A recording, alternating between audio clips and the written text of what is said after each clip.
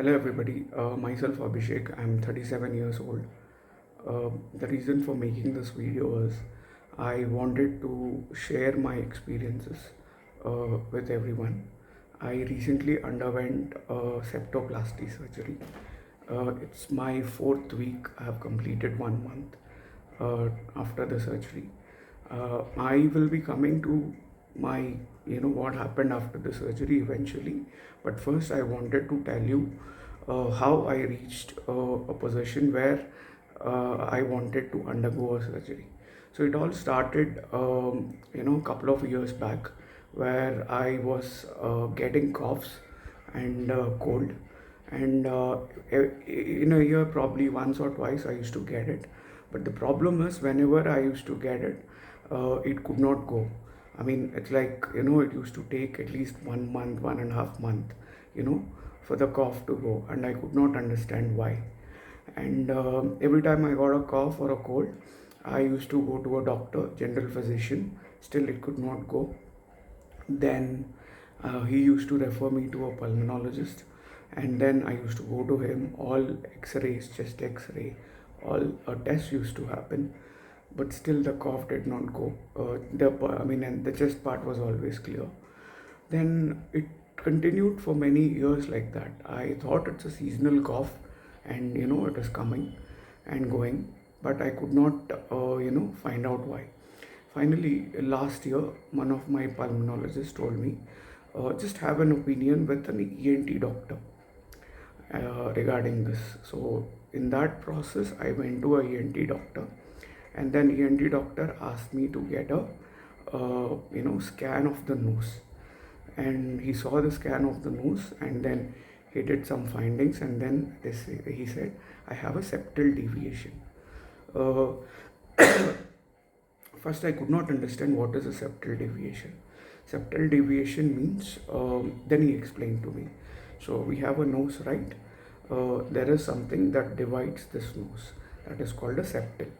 And so if you are breathing, you breathe 50% from this side, and then you breathe 50% from this side. So in my case, what happened was, there is a deviation, and then towards the right side, my septal was like this, like a triangle. So what doctor told me was, I was able to breathe only 20% from this side and 50% from this side, and eventually the septal will grow, and that will lead to further, I will not be able to probably drain out my mucus, sinuses. So he said the surgery is needed. So that is where first I came to know about the septal deviation surgery.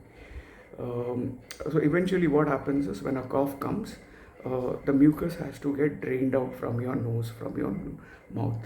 So for somebody whose septal is clear without any deviation, he can get them cleared out easily. But in my case, because it's like only one nose is functional, that is the reason it used to take longer time for me to get a cough relieved. So that is how my journey started with septal deviation surgery. And then initially I was very hesitant. It took me another 1 year. I was researching, I was asking people. Some people scared me, saying it is very hard. So I kind of postponed it for another 1 year. And then finally I came to a place where thought, okay, I will get it done this year now. But before the surgery, there are a couple of tests that needs to be done. There needs to be a nose X-ray again that needs to be done. In my case, I had seizures, so they asked me to get.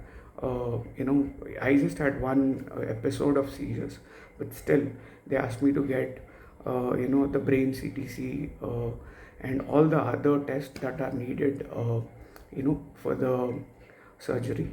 And finally the surgery date was fixed, and I was ready for it. In this video I would end it here.